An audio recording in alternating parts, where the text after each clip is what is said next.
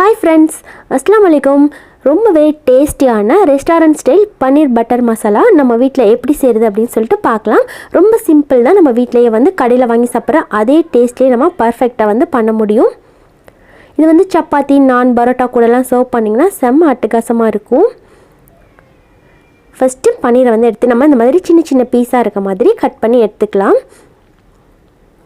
நம்ம பட்டர் மசாலா செய்கிறதுக்கு எப்போதுமே வந்து பன்னீர் வந்து ஃப்ரை பண்ணக்கூடாது. பன்னீரை வந்து அப்படியே சேர்த்து செஞ்சோம் அப்படின்னா தான் அதோடைய ஃப்ளேவரும் டேஸ்ட்டும் வந்து உங்களுக்கு பர்ஃபெக்டாக கிடைக்கும். பன்னீரை கட் பண்ணி எடுத்து வச்சுட்டு இப்போ பேனில் 3 டேபிள் ஸ்பூன் அளவுக்கு பட்டர் சேர்த்துட்டு கூடவே 2 பட்டை, 2 ஏலக்காய், ஒரு பிரிஞ்சி இலை, 1 டீஸ்பூன் அளவுக்கு ஜீரகம், இது எல்லாத்தையுமே சேர்த்து நல்லா பொரியிற அளவுக்கு நல்லா வறுத்து விட்டுக்கலாம். பொரிஞ்சதும் இது கூட 1 கப் அளவுக்கு வெங்காயம் சேர்த்து அதையும் வதக்கிக்கலாம். வெங்காயம் ஒரு 2-3 நிமிஷம் நல்லா வதங்கி வந்துச்சுன்னா போதும். இப்போ இது கூட 2 பச்சை மிளகாய், 10 பல்லு பூண்டு, 5 துண்டு இஞ்சி அதையும் சேர்த்துட்டு 1 நிமிஷம் போல் வதக்கிக்கலாம்.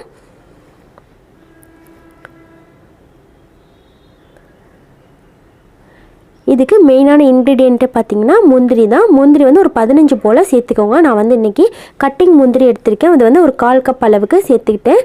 முந்திரியும் சேர்த்து வதக்கிட்டு இது கூட 1/2 கப் அளவுக்கு தக்காளி சேர்த்துட்டு தேவையான அளவுக்கு உப்பையும் சேர்த்து இதை வந்து நல்லா வதக்கிக்கலாம். உப்பு சேர்க்கும் போது தக்காளி வந்து உங்களுக்கு நல்லா சீக்கிரமாக வதங்கி வந்துடும். 1 கப் வெங்காயம் எடுத்தோன்னா 1/2 கப் அளவுக்கு தக்காளி சேர்த்துக்கணும். தக்காளியோட டேஸ்ட் வந்து கொஞ்சம் அதிகமாக இருக்கணும் பட்டர் மசாலாவில், அதனால் 1/2 கப் அளவுக்கு தக்காளி சேர்த்துக்கோங்க. இப்போ இது எல்லாத்தையுமே சேர்த்து நல்லா வதக்கிக்கலாம். இப்போ தக்காளி வதங்கினதும் ஸ்டவ் ஆஃப் பண்ணிவிட்டு இந்த மசாலாவை நல்லா ஆற வச்சு மிக்ஸி ஜாரில் சேர்த்துட்டு நல்லா ஃபைனாக இருக்க மாதிரி அரைச்சி எடுத்துக்கோங்க. இப்போ ஃபைனாக அரைச்சி எடுத்ததுக்கப்புறமா பேனில் 2 டேபிள் ஸ்பூன் அளவுக்கு பட்டரும் 2 டேபிள் ஸ்பூன் அளவுக்கு ஆயிலும் சேர்த்துட்டு 1 டீஸ்பூன் அளவுக்கு ஜீரகம், 1 துண்டு பட்டையும் சேர்த்து நல்லா பொரிய விட்டுக்கலாம். கூடவே ஒரு பெரிய வெங்காயத்தை மட்டும் நல்லா பொடியாக கட் பண்ணிவிட்டு சேர்த்துக்கலாம். இந்த வெங்காயம் வந்து நல்லா கோல்டன் கலராக வதங்கி வரணும், அது வரைக்கும் வந்து நல்லா வதக்கிக்கலாம். இந்த மாதிரி ஸ்டெப் பை ஸ்டெப்பாக நம்ம ஈஸியாக ப்ரிப்பேர் பண்ணும்பொழுது டேஸ்ட் வந்து உங்களுக்கு நல்லா பர்ஃபெக்டாக நம்ம ரெஸ்டாரண்ட்டில் வாங்கி சாப்பிட்ற அதே டேஸ்ட்லேயே வந்து உங்களுக்கு கிடைக்கும். இப்போ இந்த வெங்காயம் நல்லா கோல்டனாக மாறினதும் ஸ்டவ்வை ஸ்லோவாக வச்சுட்டு 1 டேபிள் ஸ்பூன் அளவுக்கு மிளகாய் தூளை சேர்த்துட்டு நல்லா ரோஸ்ட் பண்ணிக்கோங்க. மிளகாய் தூள் வந்து நல்லா கருகி போயிடாமல் வதக்கி எடுத்துக்கணும். லோ ஃப்ளேமில் வச்சு நல்லா வதக்குனதுக்கப்புறமா நம்ம அரைச்சி வச்சுருக்கிற அந்த பேஸ்ட்டை வந்து இது கூட சேர்த்துட்டு நல்லா மிக்ஸ் பண்ணி விட்டுக்கலாம்.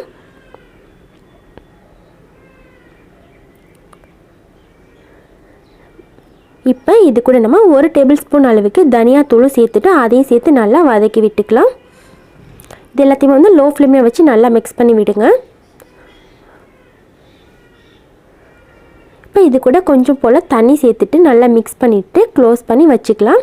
ஏன்னா வந்து இது கொதிக்கும் பொழுது நம்மளுக்கு வெளியிலலாம் வந்து தெரிக்கும், அதனால க்ளோஸ் பண்ணி வச்சுட்டு அப்படியே சிம்லேயே வச்சு ஒரு 10 நிமிஷம் போல் இதை வந்து நல்லா வேக வச்சுக்கலாம். இப்போ இந்த மசாலா எல்லாமே சேர்ந்து நல்லா வெந்து வந்ததும் இது போல் ஒரு தடவை நல்லா மிக்ஸ் பண்ணிவிட்டு திரும்ப ஒரு தடவை க்ளோஸ் பண்ணிவிடுங்க.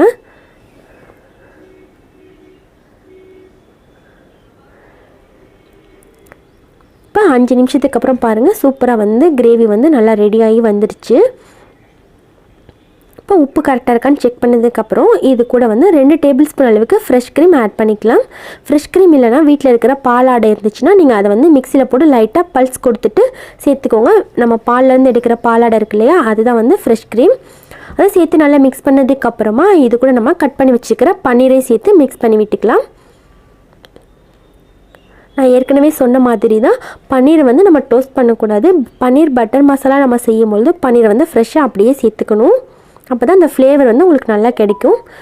இப்போ இது கூட நம்ம 1 டீஸ்பூன் அளவுக்கு கசூரி மேத்தி வந்து நல்லா கசக்கிட்டு இது கூட சேர்த்துக்கலாம். கசூரி மேத்தி சேர்த்தோன்னா தான் ஃபினிஷிங் வந்து கரெக்டாக இருக்கும் உங்களுக்கு.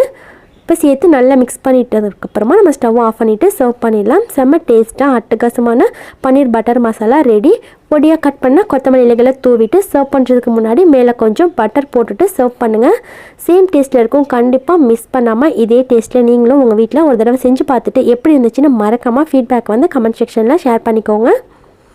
நான் வந்து இன்றைக்கி கோதுமை பரோட்டா கூட தான் சர்வ் பண்ணியிருக்கேன். நான் கூட பரோட்டா கூடலாம் சர்வ் பண்ணுங்கள், செம்மையாக இருக்கும். தேங்க்யூ.